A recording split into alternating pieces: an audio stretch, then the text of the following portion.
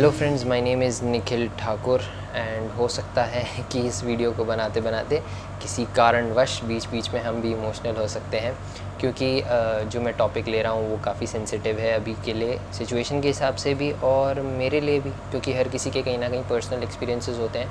अब जो कुछ अभी वर्ड्स रिसेंटली लाइट में ज़्यादा आ रहे हैं और वो डार्कनेस में हमारे मन में बहुत ज़्यादा रहते थे, बट हम उनको शायद समझते नहीं थे या उन पे विचार नहीं करते थे, जैसे कि डिप्रेशन एंड एंजाइटी।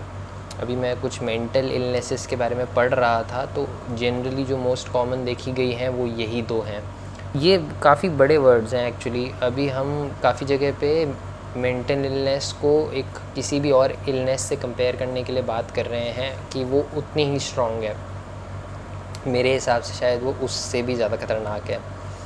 अब डराने के लिए नहीं है, एक मैं आपको एक अंदाज़ा बताता हूँ कि जैसे हमारे पास अभी अपन इम्यूनिटी सिस्टम डिस्कस कर रहे थे ड्यू टू कोरोना। जैसे कि हमारा इम्यूनिटी सिस्टम वर्क करता है हमें अलग अलग बीमारियों से बचाने के लिए, हमारी बॉडी खुद को हील करना जानती है। अगर कोई इंटरनल पार्ट भी हमारा डैमेज होता है, तो कोई बाहर का वुंड है तो उसके ऊपर आपको पता है कि क्लॉट हो जाता है और वो उसके ऊपर एक लेयर जम जाती है उसको ठीक करने के लिए। बाहर के बॉडी पार्ट्स के लिए हम जैसे कुछ पेन किलर्स खाते हैं कभी कभी, या इंटरनल ऑर्गन्स के लिए भी हम कभी कभी पेन किलर्स खाते हैं डेफिनेटली।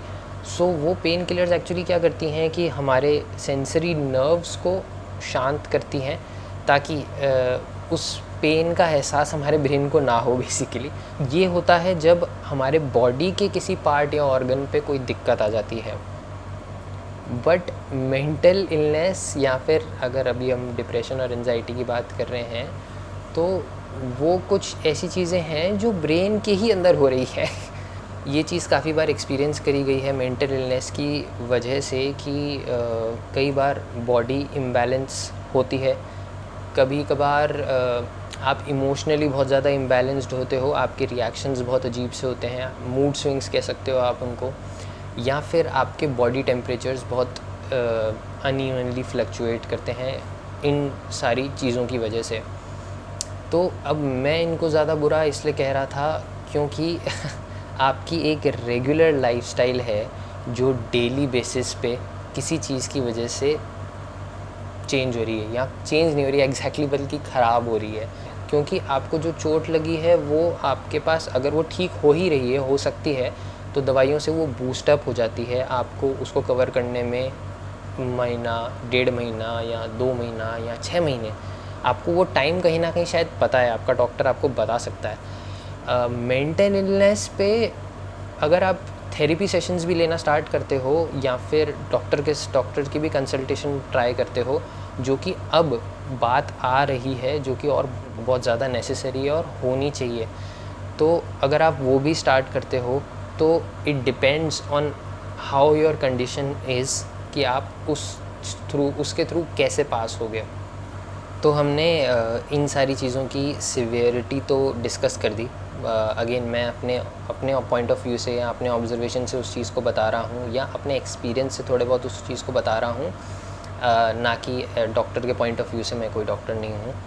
और अब अगर मैं स्पेसिफ़िकली इंडिया की बात करूँ, यहाँ पे ना बात कुछ निराली है। निराली इसलिए क्योंकि अभी सोशल मीडिया के लेवल पे या न्यूज़ के लेवल पे भी, जो अभी न्यूज़ है उसके लेवल पे भी मोस्टली चीज़ें, मोस्टली कंसर्न्स या मोस्टली इश्यूज़ जो रेगुलर ह्यूमन बीइंग के हैं, वो इंडिया में बहुत ज़्यादा अंडर रिपोर्टेड है। अंडर रिपोर्टेड इसलिए कह रहा हूँ क्योंकि मैं यहाँ पे क्या है, इंडिया में लेयर्स ऑफ इश्यूज़ हैं। अगर आप जैसे ही किसी चीज़ से इफ़ेक्ट होते हो, जैसे ही कोई बड़ा इशू सामने आता है ना, वेरी क्विकली उसके ऊपर आपको उसके रीज़न्स और फैक्टर्स दिखने लग जाते हैं, जिसकी वजह से multiple layers of other issues उसके ऊपर ओवरलैप कर जाती है, और पॉइंट ऑफ डिस्कशन कहीं का कहीं और ही कहीं और चला जाता है।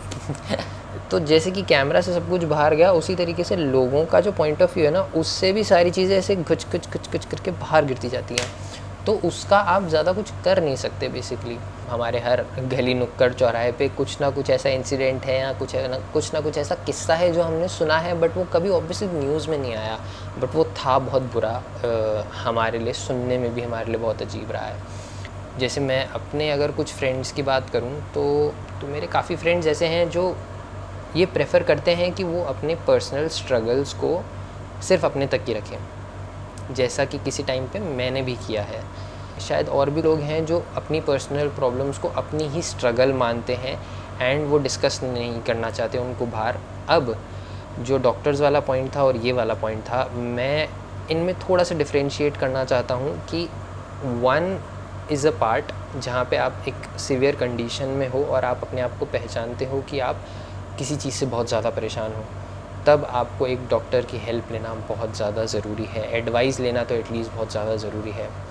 बट अगेन लाइफ के प्रोस्पेक्टिव से अगर मैं एक बार देखता हूँ स्ट्रगल वाली चीज़ को, तो अगर आप स्ट्रगलिंग पीरियड में हो एंड यू नो कि भाई कुछ गलत हो रहा है, I have to improve it, या फिर you are fighting something in maybe in life, मतलब कोई ऐसी सिचुएशन है जिस पे आप कंटिन्यूसली लगे हुए हो, तो मैं उस स्ट्रगल की बात कर रहा हूँ। दोनों में थोड़ा सा डिफरेंस है। अगर मैं एक एनालॉजी लूँ कि मान लो आप है ना, आपके लाइफ के struggle is like driving a car. अब डिप्रेशन एक वर्ड है, depression is also considered as a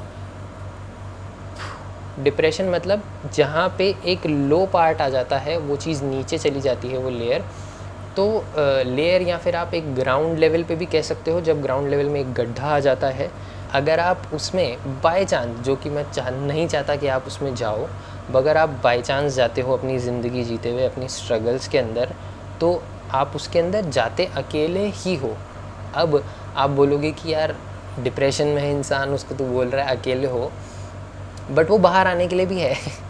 definitely आपके पास कोई हेल्पिंग हैंड हो सकता है, जो कि आपका फ्रेंड हो सकता है, आपकी मदर हो सकती है, आपके फादर हो सकते हैं, आपकी सिस्टर हो सकती है, कोई डॉक्टर हो सकता है। ये सारे लोग आपको हेल्प करने डेफिनेटली आएंगे। और अब मैं आपको वो टाइमिंग बताने वाला हूँ कि कहाँ उस चीज़ को यूज़ करना है।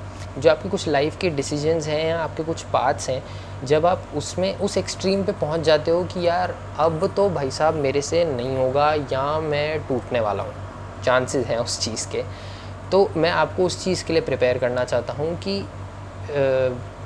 एक है ना, जैसे सेफ्टी रोप होती है ना, खतरों के खिलाड़ी देखा है ना, खतरों के खिलाड़ी में क्या करते हैं, जब भी उसको किसी गड्ढे में गिराते हैं तो उसके ऊपर एक रोप बांध के रखते हैं। तो आपको वो रोप बांधनी है। वो रोप आपको लगाना इसलिए ज़रूरी है क्योंकि जब आप मान लो कि आपने जंप किया, आप गए नीचे, आप दूसरी साइड की जो क्लिफ है ना वहाँ नहीं पहुँचे, आप क्या कहे नीचे फंस गए, तो अब आपको रेस देके ऐसे ऊपर जाना मुश्किल लगेगा, बहुत पेनफुल है वो। अगर आप खुद से वो चीज़ अकेले ट्राई करते हो, बहुत पेनफुल है। उसका एक तरीका ज़रूर है कि आप उसी डिप्रेशन में थोड़ा सा पीछे जाओ, अपने माइंड को थोड़ा सा इंट्रोस्पेक्ट करो, अपनी प्रॉब्लम्स, अपनी इनसिक्योरिटीज़, अपने टेंशन्स खुद पूछो अपने आप से, और फिर एक बार ट्राई करो कि आप स्पीड में जाओ उस डिप्रेशन के अंदर से, और फिर आप बाहर निकलने की ट्राई करते हो। मतलब आप अपनी गाड़ी को खुद रोल करते हो अपनी मेहनत से। शायद उस टाइम गाड़ी पंचर है, गाड़ी का इंजन ठीक से नहीं चल रहा, उस टाइम भी आप अपने आप को पुश करते हो ना। पेन डेफिनेटली बहुत ज़्यादा होगा, बट वो पेन है ना नेसेसरी पेन है। जैसे किसी घाव को भरने में आपकी बॉडी में है ना टाइम लगता है ना, आपको पेन होता है ना, वो पेन बहुत नेसेसरी पेन है। बट इसमें मैं तभी भी चाहता हूँ कि आपके पास एक हेल्पिंग हैंड हो, कि आपने अगर थोड़ा सा भी ट्राई किया ना तो वो सामने वाला बंदा आपको खींच ले। ये चीज़ है जो शायद आपको डिप्रेशन में से, आप मतलब एक एक्यूट डिप्रेशन वाली चीज़ भी होती है ना, आपको उस डिप्रेशन में से जल्दी निकाल देगा ना, ये वो चीज़ है शायद। ये चीज़ मैं ट्राइड एंड टेस्टेड तरीके से बता रहा हूँ। मैंने ये कभी रिवील नहीं किया ऑब्वियसली। कुछ मेरे एक लाइफ के ऐसे डिसीजंस रहे हैं जहाँ पे मैं टफ़ फील किया हूँ बहुत ज़्यादा। उस टाइम मेरे पास कुछ ऐसे वीडियोस थे, मैं कुछ लोगों को उस टाइम फॉलो करता था, कुछ उनका चैनल देखता था मैं स्पेशली। नाम भी बता देता हूँ, संदीप महेश्वरी हैं, जिनके मैं वीडियोस रेगुलरली देखता था उस टाइम पे। मैंने उनका चैनल का एवरी वीडियो, मतलब जिस टाइम पे मैं मेजरली उनको देखता था, कुछ 1-2 साल पहले तक मैं उनको रेगुलरली देखता था, तो अभी मैंने बीच बीच में कुछ स्किप किए उनके वीडियोस, बट पहले के मैंने उनके सारे A to Z वीडियोस देख रखे हैं। उसमें से I had a few selected videos कि यार इस वीडियो से जो मैं सीख रहा हूँ, ना कि सिर्फ वो जो वीडियो में बोल रहे हैं, इस वीडियो से जो मैं सीख रहा हूँ ना, वो मेरी लाइफ के बारे में मेरे को बहुत कुछ समझाता है। तो वो वीडियो मैंने अपने पास रखे हुए थे, और मेरी जो एक डिफ़िकल्ट नाइट थी उसमें उस वीडियो ने मेरे को बहुत हेल्प करी है। मेरे डांस ने मेरे को बहुत हेल्प करी है। I don't want to tell यार।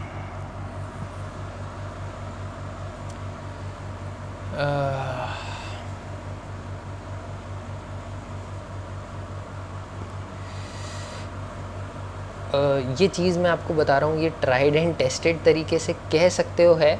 अगेन जो मेरा आइडिया था कि मैं पर्सनल स्ट्रगल्स को उतना डिस्कस करना पसंद नहीं करता, क्योंकि I feel they are my like they are a part of me, and मुझे उनको अभी मेरे पास ही रखना सही लगता है। और आप में से किसी को जानना हो तो आप मुझसे पर्सनली कभी मिलो तो पूछ सकते हो। I am okay in telling a friend, a person I know, rather than going all out on camera.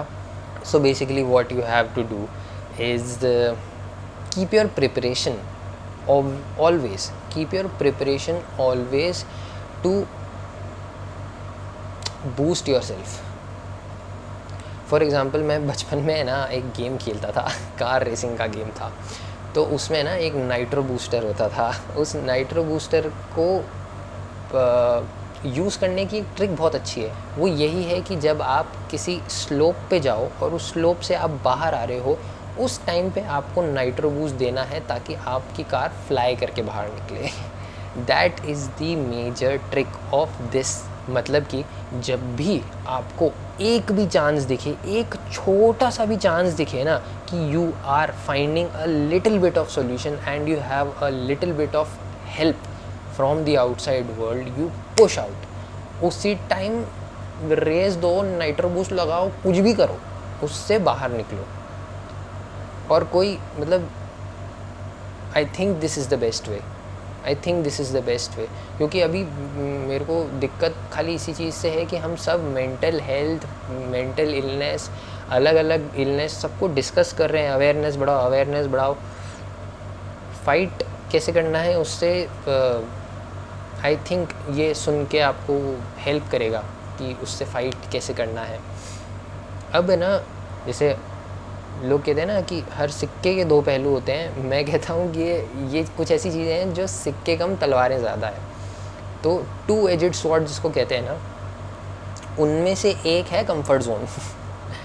जैसे कि आप किसी भी इंस्पिरेशनल या मोटिवेशनल चैनल, पेज, किसी भी जगह चले जाओ, आपको ये लाइन तो सुनने को मिलेगी ही मिलेगी, मेरी गारंटी है कि to be successful in life you have to come out of या step out of your comfort zone.